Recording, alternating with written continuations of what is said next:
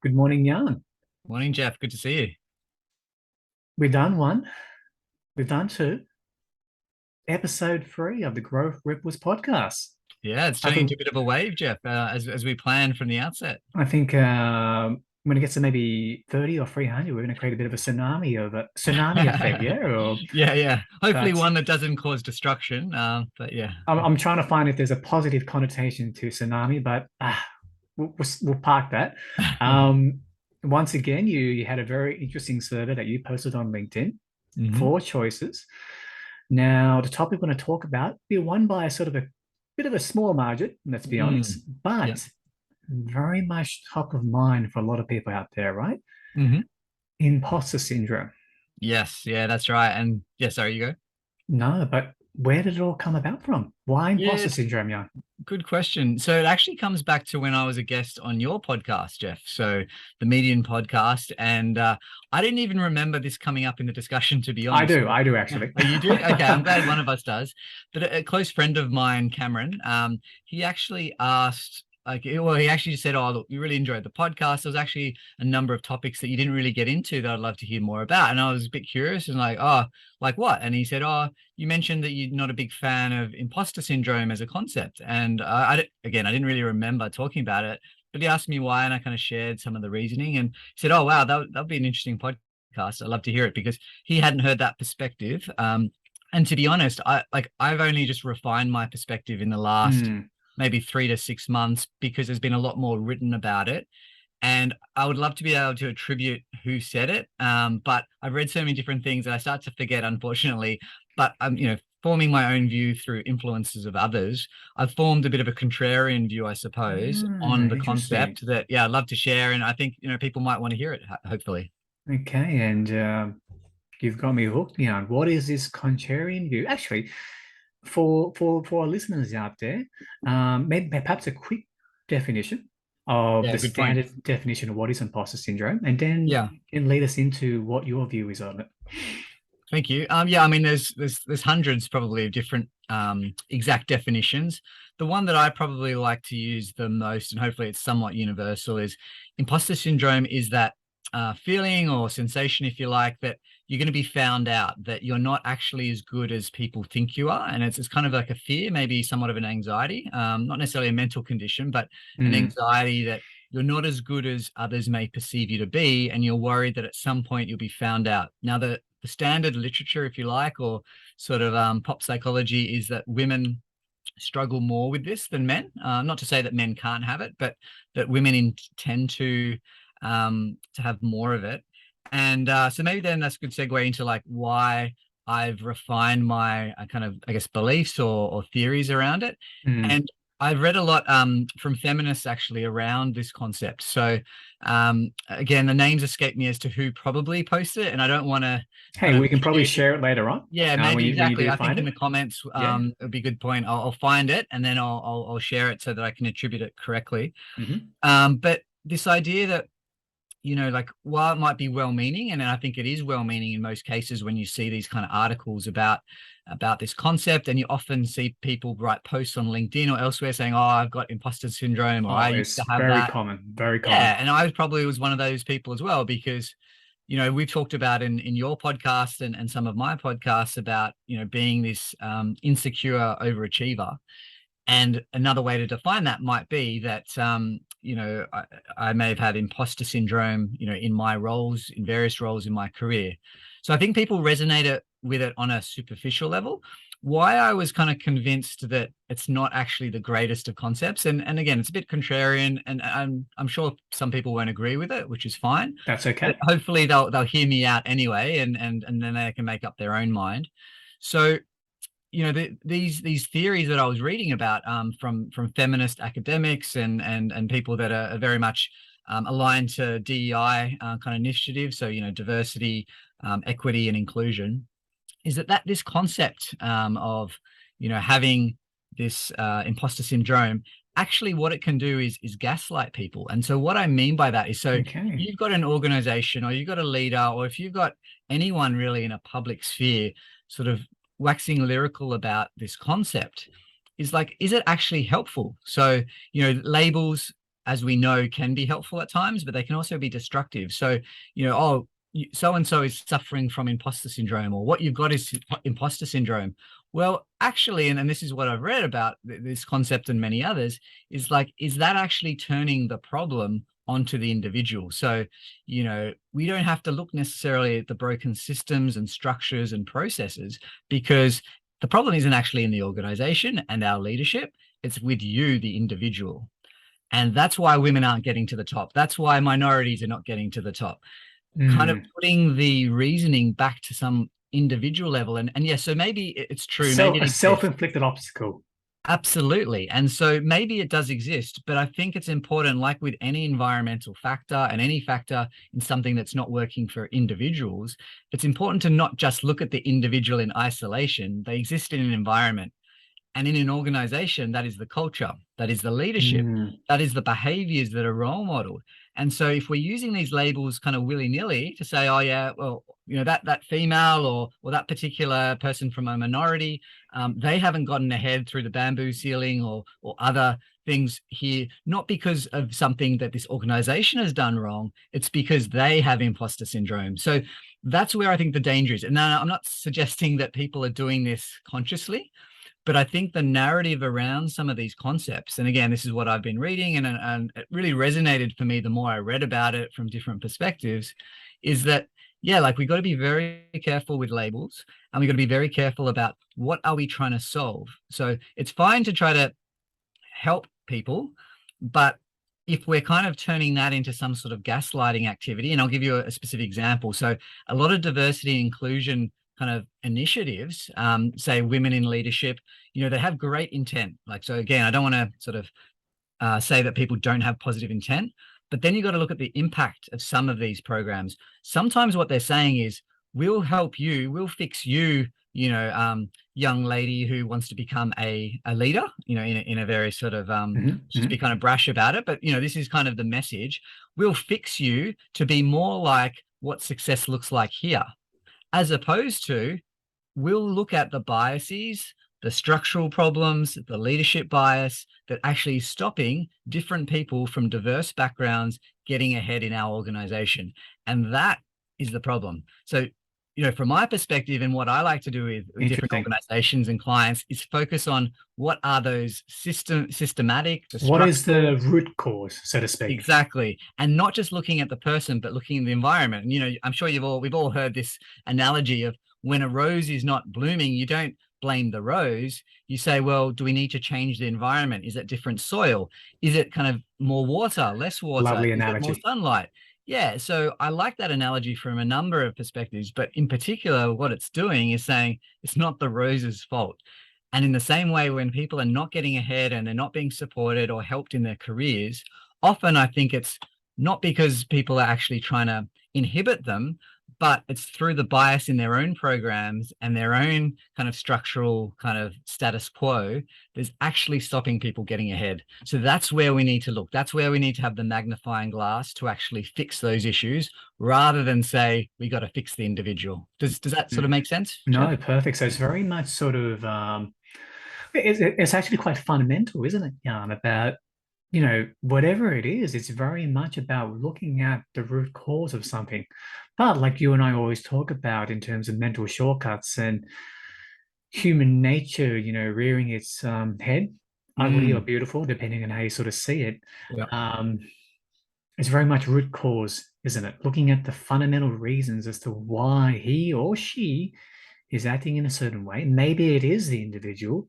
Yep. Maybe it's organization, but unless you sort of look at underlying themes and conditions, you don't really know, eh? Absolutely. So I have no problem with programs that focus on, well, how can we develop and cultivate someone's mindset so that they can be a successful leader? But I do have a problem when they are sort of positioning it as like, I will help transform you to fit in our broken system. And I'm using very exaggerated language, of course, but I think that's the underlying message, despite the best of intentions. And as another example, like sometimes you see, again, if I use the example of women in leadership, oh, let's get them some male mentors. Let's get them some male leaders that have been successful, because they can mentor these young women into being better leaders or successful leaders here, when actually what we need, from my perspective, is more female representation across all layers of the organization. And then those role models are the ones that they can aspire to, because like for children, it's very hard to become what you can't see.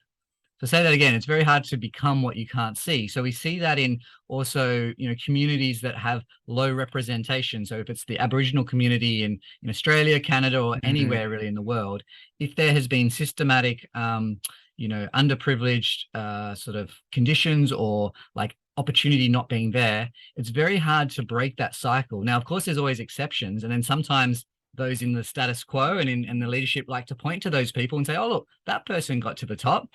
And I would argue that they got the top not because of something that we've done, but despite everything that has been set up around them. And I think that is the thing that needs to be discussed more in these topics, because D&I or DE and I, it's very topical. However, I think there's too many organizations that are just sort of focusing on, oh, yes, I've got a good intent, and maybe doing some cosmetic programs, let's get a female to speak about how important leadership Let's just sort of tick the boxes. Exactly. And then to give you a tangible example that we saw just actually quite recently, an organization that I used to work for, there's a big case of sexual harassment against a female employee, and they were found to be guilty. And then straight after, and in that leadership team, it was in Europe, there was no female leadership representation from what I remember. But then as soon as that broke news, and they knew this case was coming for years or at least months, then suddenly 2 females were put to the leadership team. Now, I think that's a terrible message. Like, hopefully, they were, and actually I do know that at least one of them, and I think, she's phenomenal at her job. I did a little bit of work with her. But the problem that I had with it was just ticker box tokenistic. So, it basically shows, even if you were great and you could have done the job before, you weren't ready, or we're not willing to put you in that role until it was found out externally that we were harassing and discriminating against a female person in our organization. And I have a big problem with that, because I think that sends a very dangerous and mixed message to employees, to the market.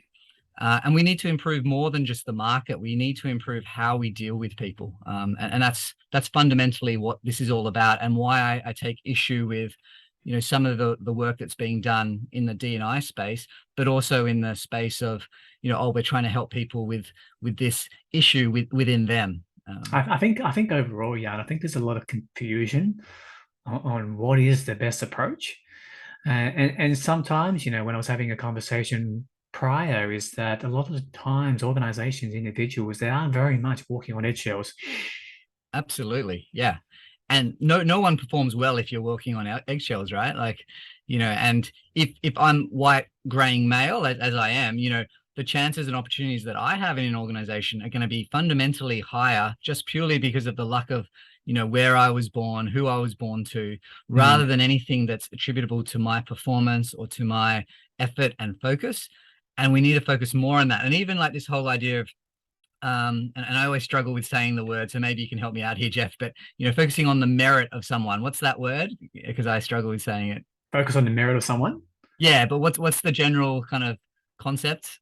I can't even say it. I struggle to put those words together. Mate, I think you know what I mean. You caught me out. I know where you're going from, right? But I think you caught me out too, right?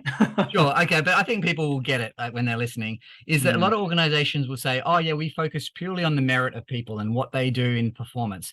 Now, that's all lovely, and it sounds very logical. And from an engineering mindset in particular, it's spot on. So there's nothing wrong with that. However, there is something wrong when the systems and the structures are biasing positively towards one minority. And that minority is, again, white, graying male. So there's a lot of organizations, and, that, again, are suffering from so many white, graying males. And, I want to be part of that movement about how do we shift that. And that may mean that my son is actually going to grow up with less entitlement and less privilege, which I think is a good thing. But hopefully what that does is also balance out, different things. So a lot of what I focus on in my work, and whether it's at home or with my clients, is how can we create a more level playing field? Because we all grow up in different environments. How can we provide different supports that make sense at the individual level, but also the organizational level. And that's not a ticker box exercise. But that's very much a bit of a conflict, trying to sort of meet the needs of two separate parties with, let's be honest, not everyone is aligned Yeah. in terms of separate agendas. I think that's always a bit of an age-old sort of conundrum Mm, for the local organizations. But getting back to what you said about whether it's DEI, imposter syndrome is very much about the root cause absolutely. and then working up. You sort of remind me of Elon Musk in terms of sort of first principles thinking, so to speak. Okay, well, I hope there's no other comparisons to Elon Musk apart from that one, Jeff, because I don't know if I want the same controversy as Elon Musk. I don't mind a bit of controversy, but as some of long as his... as long as you're off Twitter, you should be okay, right? Yeah, well, actually, I'm on Twitter, but it's just a direct feed from whatever's on LinkedIn. But so I'm not active on Twitter, not yet, anyway. Indeed, indeed. So, just a question here about imposter syndrome, right? Mm. Do you see that there's a greater, a weighting towards it being more of a innate human sort of conditioning, maybe, Well, I or think that's what we're sold. So I think what we're sold is it's an innate thing. And I think there is, I think it goes back to some of the other chats that we've had over the various podcasts that we've done, yours and mine, Mm. around, there are some reasonings in terms of how we've evolved as human species. And I think a lot of this comes back to being in the tribe. And what was safe is us being in a tribe, and anything that would put that at risk, we were innately and evolved in a way that actually protected that fear, because probably anyone that didn't have Because that it fear, was they different. perished. It's Yeah, different. exactly. It's different. And so if you, back in the day, many years ago, or as my son would say, when my granddad was a little boy, those environments, that we evolved in as people, they required us to be in a tribe. And if we were out of the tribe, we would generally perish. So, our brains haven't caught up to what is it like in 2022. So I think a lot of those things around imposter syndrome, what it's actually getting at the heart of, we're afraid to be rejected. We're afraid to be cast out. And that's a very scary thing, whether it's conscious or otherwise, that we will do generally what we need to do to remain connected and to remain connected to our tribe. Now, that's great when we've got a great supportive Which might tribe. go against with who you are. Yeah. So what I was going to say is that's great when you've got a great supportive tribe and people that you can trust and people that are trustworthy. However, if you're in an organization or in a family or any kind of community that doesn't have your interests at heart, if we look at Enron as an example, then that's very dangerous, because sometimes what happens is people are willing to bend their own morals, their own ethics, in order to fit in, and to be rewarded in the way that the organization or the leaders are rewarding. So that's where I think it is a dangerous element for people. So yes, it may be slightly innate, but I think it comes back down to something else.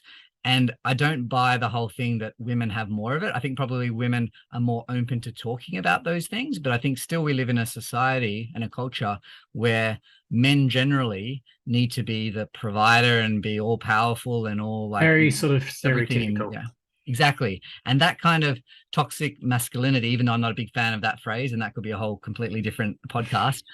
But if that concept, because most people kind of get it, what that's getting at is often about, in my experience, men failing to be vulnerable. And vulnerability, I believe, is actually a strength. Now, I haven't always been good at it, but it's something that I keep trying to get better at. And I think my son helps me do that, because I feel I can be vulnerable with my wife, with my son, and therefore that allows me a springboard to do that more with my clients, with people that I work with, friends.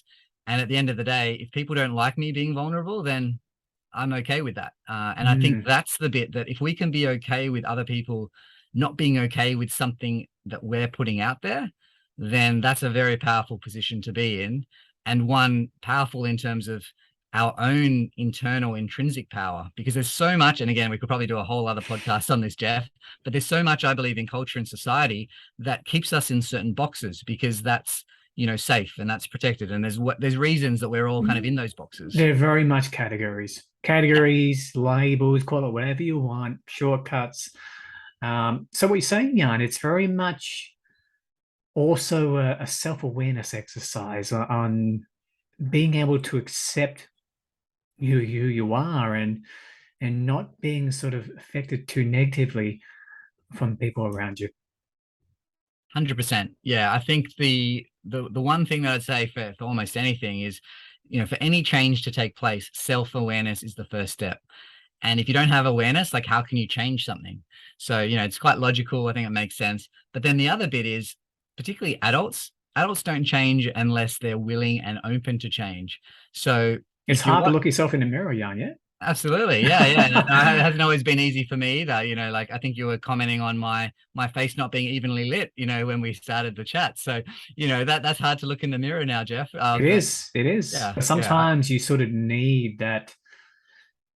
Obviously, when it comes to communication, when you can be straight talking, how you need to sort of meander to a certain way to get the Yes. outcome. But I think very much this conversation about imposter syndrome, it's very much about looking at the heart of the matter, whether it's from the environment, whether it's from one's own nature, and then using that as a solid base to then improve upon the situation.